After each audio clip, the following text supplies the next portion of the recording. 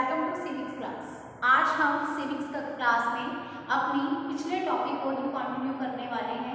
हमने अपनी पिछली कक्षा में टॉपिक स्टार्ट किया था मॉक सेशन छदम अधिवेशन। मॉक सेशन हमारे यूनिट 3 के बी पार्ट में दिया गया टॉपिक है। हमने मॉक सेशन के बारे में, छदम अधिवेशन के बारे में कॉन्सेप्ट को जान लिया था इसके कि इसमें क्या होता है, ये किस तरह से नाटक से भिन्न होता है और इसके अलावा इसके उद्देश्य क्या होते हैं और इसका आयोजन किस प्रकार से किया जाता है, आयोजन में किन किन स्टेप्स को फॉलो किया जाता है। इतनी बात हम कर चुके थे। तो आज हम बात करने वाले हैं मॉक सेशन से होने वाले लाभों के और हानियों के बारे में, या फिर गुण या दोष के बारे में, या फिर इसकी विशेषताओं और इसकी सीमाओं के बारे में। ठीक है, तो आज का टॉपिक हमारा ये है कि हमने मॉक सेशन की मेरिट्स और डीमेरिट्स पे बात करनी है। तो सबसे पहले हम बात करेंगे मेरिट्स की, जिन्हें हम गुण कह सकते हैं या लाभ कह सकते हैं या उनकी विशेषता कह सकते हैं। गुण, लाभ या विशेषता। तो स्टूडेंट्स, आप सभी जानते हैं कि मॉक सेशन क्या है। ऐसी क्रियाएं या ऐसी कठिन क्रियाएं या ऐसे समारोह, ऐसे सत्र, ऐसे अधिवेशन, ऐसे उत्सव, ऐसी घटनाएं जहां तक बच्चे जा करके उनका प्रत्यक्ष अवलोकन नहीं कर सकते, तो वहां जिन लोगों ने उसे अपनी आंखों से होते हुए देखा है, वो लोग विद्यालय परिसर या कक्षा में वैसा ही वातावरण बनाते हैं और उसी तरह से बच्चों को उसकी जानकारी देते हैं जैसे कि उन्होंने वहां उसे रियल रूप में, वास्तविक रूप में देखा है। ठीक है, तो इस तरह से ये छदम अधिवेशन अपना एक इम्पोर्टेंट रोल प्ले करता है शिक्षण को प्रभावी बनाने या बच्चों को उस घटनाक्रम की जानकारी देने में जो बच्चों ने अपनी आंखों से घटित होते हुए नहीं देखी है। ठीक है, तो यहाँ पे जो इसकी सबसे पहली विशेषता है या इसका पहला गुण है या इसका पहला लाभ है, वो ये है कि उत्सवों या समारोहों या इसके अलावा घटनाओं का वास्तविक ज्ञान होता है स्टूडेंट्स को। वास्तविक ज्ञान, तो बच्चों को उन क्रियाओं का भी वास्तविक ज्ञान या उन क्रियाओं के बारे में वास्तविक जानकारी मिल जाती है जिन घटनाओं को उन्होंने अपनी आंखों से प्रत्यक्ष नहीं देखा है। ठीक है, उसके बारे में भी उन्हें सारी जानकारी मिल जाती है मॉक सेशन या छदम अधिवेशन से। तो वे उत्सव, वे समारोह या वे घटनाएं जहां तक बच्चों की पहुंच नहीं है, जहां तक बच्चों को नहीं ले जाया जा सकता या पूरी क्लास के बच्चों को जहां तक लेके जाना पॉसिबल नहीं है, संभव नहीं है, उन्हें उनकी जानकारी कैसे दी जा सकती है? मॉक सेशन के द्वारा, छदम अधिवेशन के द्वारा दी जा सकती है। इसके अलावा इसका जो नेक्स्ट बिंदु है वो है निष्पक्ष एवं स्वतंत्र सोच का विकास।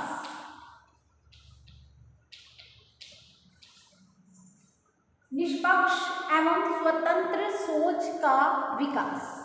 देखिए, जब हमारी आंखों के सामने कोई घटना घटित हो रही है, कोई समारोह में हम गए हैं, किसी उत्सव में, किसी सत्र में, किसी अधिवेशन में गए हैं, तो वहाँ पे हमें अपने विचारों की अभिव्यक्ति करने का जो है वो मौका नहीं मिलता। लेकिन जब वही व्यक्ति जो उसे वैसा देख करके आया है और आ करके विद्यालय या क्लास में उसका ये मॉक सेशन कर रहा है, तो वहाँ पे वो क्या कर सकता है? अपनी निष्पक्ष जो उसकी सोच है उसको दिखा सकता है। ठीक है, और इसके अलावा बच्चों में जो भी टॉपिक है, जिस भी टॉपिक पे मॉक सेशन कराया जा रहा है, उसके बारे में कैसी सोच डेवलप होगी? वो सोच बिल्कुल पूरी तरह से निष्पक्ष होगी और स्वतंत्र होगी। और इसके अलावा आयोजन के, जब मैंने आपको पिछली कक्षा में स्टेप बताए हैं, तो वहाँ भी मैं आपको बता चुकी हूँ कि इसके आयोजन में क्या किया जाता है। जब प्रश्नकाल, शून्यकाल होता है, सुझाव मांगे जाते हैं, आपस में विचार विमर्श होता है, ठीक है, मूल्यांकन किया जाता है, तो इस दौरान विद्यार्थी भी उतना ही इम्पोर्टेंट रोल प्ले करते हैं जितना कि उन्हें बताने वाला या वो अवलोकनकर्ता जिसने उस घटना, उस सत्र, उस अधिवेशन को देखा है, जो उसको प्रस्तुत करने वाला व्यक्ति जितनी इम्पोर्टेंट रखता है उतनी ही इम्पोर्टेंस देखने वाले व्यक्ति यानी कि विद्यार्थी भी रखते हैं, जिनके लिए मॉक सेशन का आयोजन किया जाता है। ठीक है, तो इस तरह से यहाँ से दोनों, जो प्रस्तुत करता है उसने भी और विद्यार्थी यानी जो दर्शक है वो भी, दोनों में ही निष्पक्ष और स्वतंत्र सोच का विकास होता है। इसके अलावा जो तीसरी चीज है, तीसरी विशेषता है, वो है कल्पना शक्ति का विकास। कल्पना शक्ति का विकास।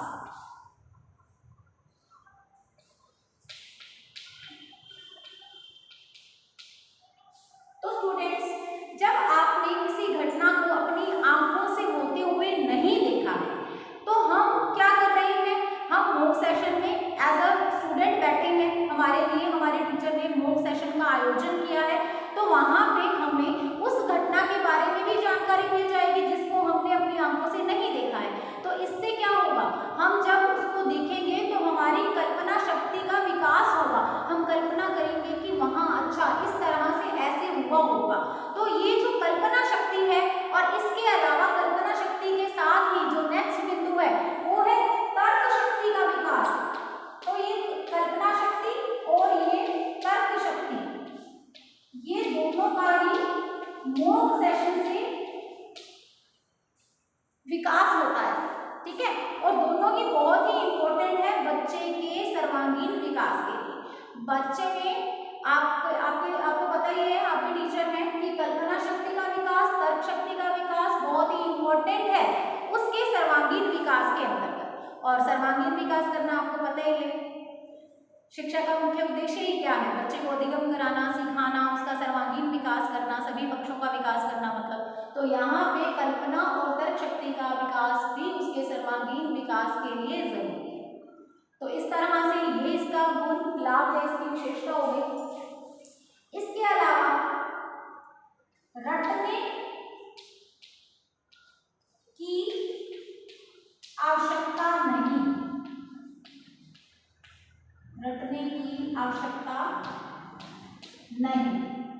अब देखिए, आपने किसी चीज को अपनी आंखों से होता हुआ नहीं देखा है तो आप क्या करेंगे, आप रट्टा लगाएंगे, इसके अलावा आपके पास कोई और चारा ही नहीं है। लेकिन जब हम इस मॉक सेशन के द्वारा वो जानकारी भी बच्चों को दे देते हैं, उनको ऐसा लगता है कि वो बिल्कुल ऐसे अपनी आंखों से सामने देख रहे हो, क्योंकि बिल्कुल वैसा ही माहौल बनाया जाता है, बिल्कुल वैसे ही व्यवस्था की जाती है। तो इससे बच्चे को ये एहसास होता है, बच्चे को ये लगता है कि मैं रियल में उसे या उस घटना को या उस समारोह को या उस उत्सव को अपनी आंखों से रियल में देख रहा हूँ, क्योंकि माहौल, वातावरण ही वैसा बना दिया जाता है। तो इससे बहुत फायदा मिलता है। इससे क्या होता है, बच्चे को रटना नहीं पड़ता, रट्टा लगाने की कोई जरूरत नहीं होती बच्चे को, बच्चा उसको देख करके ही समझ जाता है। और अगर देख करके उसको समझ में आ जाएगा तो इसका मतलब क्या है, अपने आप से याद हो जाएगा। तो यहाँ पे क्या होगा, नेक्स्ट बिंदु है हमारा स्मरण शक्ति का विकास।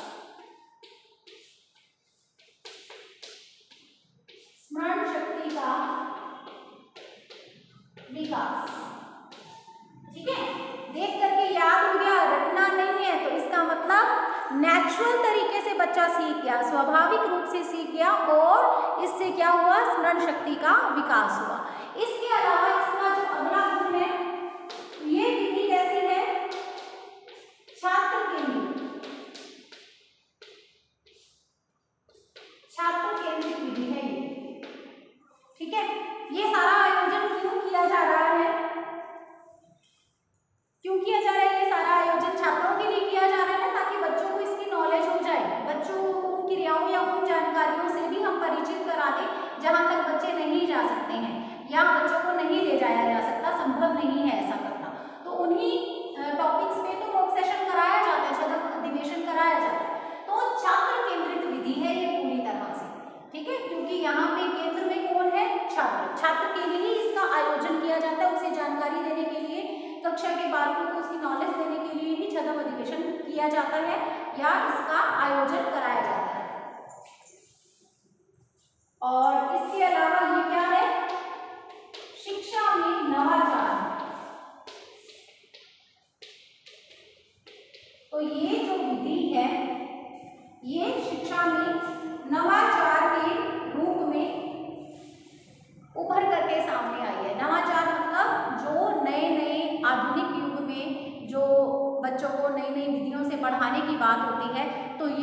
विधि है, ये एक नवाचार है, ठीक है। आधुनिक युग की एक बहुत ही अच्छी विधि है जिसके प्रयोग के द्वारा हम बालक का सर्वांगीण विकास या उसे स्थायी ज्ञान दे सकते हैं। इसके अलावा ये विधि कैसी है?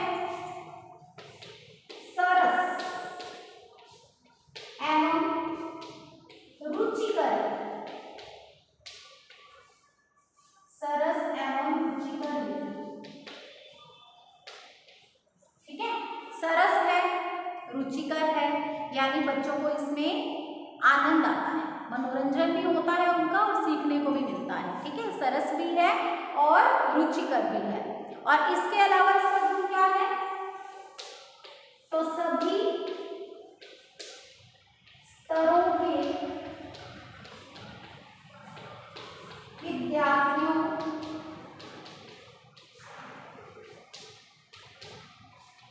हेतु उपयोगी विधि। तो ये क्या है? किसी भी आप स्तर पर इसको यूज कर सकते हो इस विधि को, ठीक है। आप इसको प्राथमिक स्तर पर या फिर ये कह सकते हो उच्च प्राथमिक स्तर पर, सीनियर स्तर पर, सीनियर सेकेंडरी लेवल पर, कहीं भी आप इस जो विधि है, इस मेथड को कहीं भी आप यूज कर सकते हैं, ठीक है। इस तरह से ये हैं इसके गुण, लाभ या विशेषताओं के अंतर्गत आने वाले बिंदु। उत्सवों एवं समारोह घटनाओं का वास्तविक ज्ञान हो जाता है बच्चे को, निष्पक्ष एवं स्वतंत्र सोच का विकास होता है, कल्पना शक्ति का विकास होता है, तर्क शक्ति का विकास होता है, रटने की कोई आवश्यकता नहीं है, स्मरण शक्ति का विकास होता है। और इसके साथ ही ये विधि कैसी है? छात्र केंद्रित विधि है, शिक्षा में नवाचार है, सरस एवं रुचिकर विधि है और सभी स्तरों के विद्यार्थियों के लिए ये एक उपयोगी विधि है। अब ये हमने पढ़ लिए हैं इसके गुण, और अब हम बात करेंगे इसके दोषों की। तो चलिए इसके दोष या इसकी सीमाएं पढ़।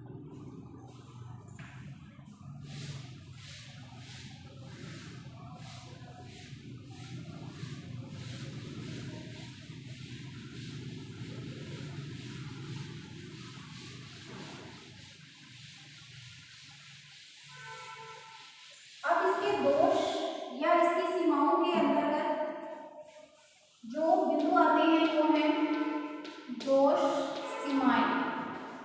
इसमें पहला बिंदु है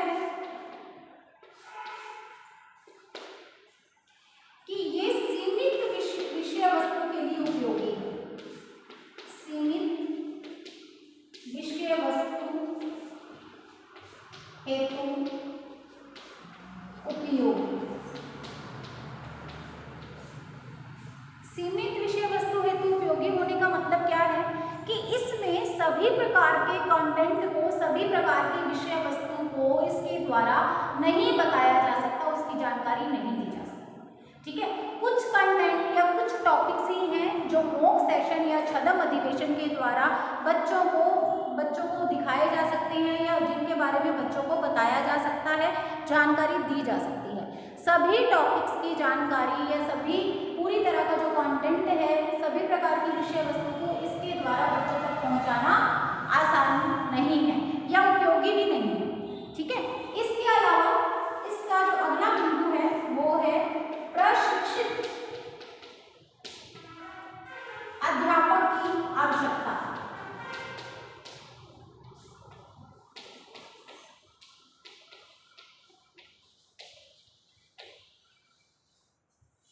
देखिए इसके कॉन्सेप्ट में मैंने आपको ये बताया था, यानी इसको रेलेवेंट किया था नाटक के साथ, ठीक है। नाटक में किस चीज़ की ज़रूरत होती है? तो नाटक में हमें ज़रूरत होती है अभिनय की, ठीक है। अभिनय के बिना तो नाटक कहा ही नहीं जा सकता उसको, ठीक है। अभिनय रहित जो भी कोई कार्य किया जाएगा तो उसका मतलब उसे नाटक नहीं कहा जा सकता। फिर मैंने ये कहा था कि इसको नाटक के जैसा ही समझना चाहिए, नाटक का पर्यायवाची या नाटक का समानार्थी नहीं समझना चाहिए, ठीक है। ये नाटक से अलग है क्योंकि नाटक का क्षेत्र क्या होता है? बहुत ही व्यापक होता है, जबकि इसका क्षेत्र सीमित होता है। नाटक तो कल्पना आधारित भी होता है। अगर हमने अपनी आंखों से नाटक को नहीं देखा है तब भी हम अपनी योग्यता के द्वारा अपने स्टूडेंट्स को उसकी जानकारी दे सकते हैं, उसका अभिनय कर सकते हैं। लेकिन इसमें शर्त ये है कि इससे मॉक सेशन का जो टॉपिक है, मॉक सेशन जिसके लिए किया जा रहा है, जिस जानकारी को बच्चों को जा रहा है उसको प्रस्तुतकर्ता ने अपनी आंखों से देखा हो, उसका प्रत्यक्ष अवलोकन किया हो, तभी उस टॉपिक पे मॉक सेशन हो सकता है। ठीक है, तो यहाँ पे प्रशिक्षित अध्यापक की आवश्यकता नहीं होगी क्या? अब जिसने उसको अच्छी तरह से देखा है, फिर जैसे जैसे वो हुआ था उसको याद भी तो रखना पड़ेगा, तभी वहाँ पे वापस आकर के विद्यालय या कक्षा में वैसा ही माहौल बना करके बच्चों को सिखाना होगा ना। तो इसके लिए क्या चाहिए? इसके लिए एक ऐसा कुशल प्रशिक्षित अध्यापक चाहिए जो पहले देखे, फिर समझे, सब चीज़ों को याद रखे और वापस आकर के हूबहू वैसा ही सब कुछ करे। तो इसके लिए किस चीज़ की जरूरत है? प्रशिक्षित अध्यापक की। ठीक है, और इसके अलावा उसे क्या आना चाहिए? उसे अभिनय आना चाहिए। तो आप मुझे एक बात बताइए, क्या सभी टीचर्स जो अच्छे टीचर्स की श्रेणी में आते हैं सब में अभिनय करने की निपुणता होती है? बताइए, नहीं होती। ठीक है, सब अपने अपने सब्जेक्ट में एकदम कुशल होते हैं, निपुण होते हैं, परफेक्ट होते हैं, उनको बहुत विषय जिसको विशेषज्ञ कहा जाता है वो होते हैं, लेकिन सब में अभिनय करने का गुण नहीं होता। तो इसलिए यहाँ पे किस अध्यापक की जरूरत होगी? तो यहाँ पे उस अध्यापक की जरूरत होगी जिसे अभिनय करना आता हो। तो सभी अध्यापकों को तो अभिनय करना नहीं आता, तो यहाँ पे ये भी इसकी दोष या सीमा में आएगा कि प्रशिक्षित अध्यापक यानी कि ऐसा अध्यापक जिसे अभिनय करना आता हो वही इसको सही रूप में आयोजित कर सकता है, अदरवाइज इसका आयोजन करना आसान नहीं है। इसके अलावा जो अगली बात है वो है हूबहू नकल करना संभव नहीं।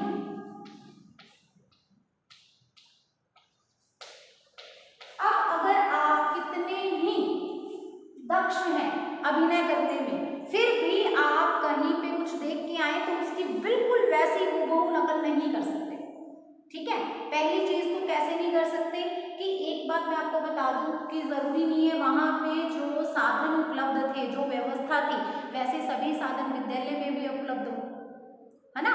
आप किसी समारोह में मान लीजिए आप गए हैं, किसी अधिवेशन में आप गए हैं और अब आपने आकर के वैसा ही आयोजन करवाना है, तो जरूरी तो नहीं है ना वहां पे जो साधन थे, जो व्यवस्था थी, आपके विद्यालय में भी वैसी व्यवस्था ही हो जाए, सेम टू सेम नहीं हो सकता ना, हूबहू नहीं हो सकता वैसा। और दूसरी बात ये तो होगी साधनों की बात, संसाधनों की बात, लेकिन यहाँ पे हम बात करें अगर नकल करने की, तो भी सेम एज इट इज नकल किसी भी व्यक्ति की नहीं हो सकती। क्यों नहीं हो सकती? क्योंकि उस व्यक्ति की अपनी एक पर्सनालिटी थी। ठीक है, और इसमें मॉक सेशन में ये शर्त है कि पूरी तरह से हूबहू नकल होनी चाहिए, तो फिर तो ये पॉसिबल ही नहीं है ना हूबहू नकल कर पाना। अगर हमें अच्छे अभिनय करने वाला प्रशिक्षित अध्यापक भी मिल गया ना, तो भी हम ये नहीं कह सकते कि बिल्कुल वैसी की वैसी नकल हो जाएगी, बिल्कुल आयोजन सेम वैसा रियल हो जाएगा, नहीं होगा। तब भी उस व्यक्ति की जो प्रस्तुत करने वाला जो व्यक्ति था ना, उसकी जो खुद की एक पर्सनालिटी थी, वो यहाँ पे जो अध्यापक अभिनय कर रहा है उसमें नहीं आ पाएगी। कुछ ना कुछ तो अंतर आपको दिखाई देगा ही देगा, और कुछ ना कुछ क्या मैं कहूँगी बहुत अंतर दिखाई देगा। ठीक है, रियल चीज़ रियल ही होगी, और जो आप उसकी नकल कर रहे हैं तो नकल ही होगी। आप समझ लीजिए, जो हम फोटोकॉपी कराते हैं और जो रियल होता है उसमें फ़र्क होता है ना, तो बस उसी तरह से। इसके अलावा जो अगला बिंदु है वो है, अब हूबहू जो है नकल करना संभव नहीं है, तो इसके अलावा क्या होता है, अर्थ का अनर्थ होने का भय।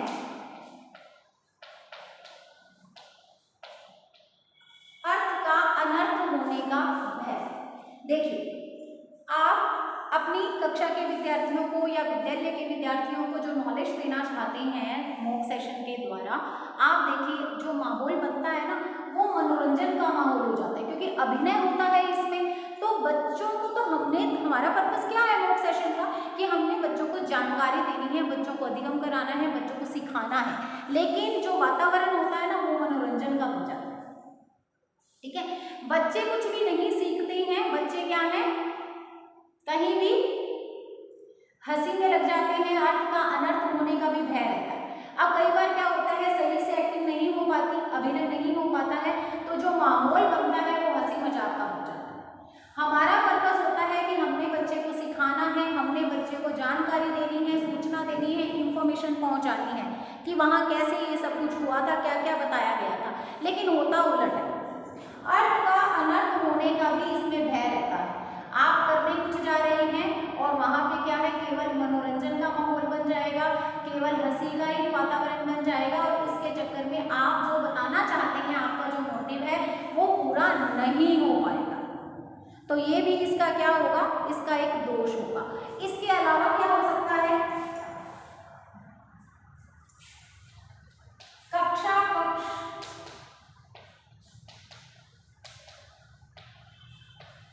वातावरण न बन पाना।